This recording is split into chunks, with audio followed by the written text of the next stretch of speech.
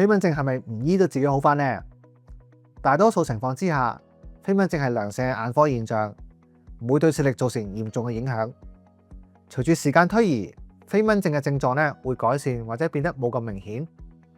當中嘅因素咧可能包括我哋適應咗啦，大多數人咧會逐漸適應飛蚊嘅存在，學識去忽略佢哋。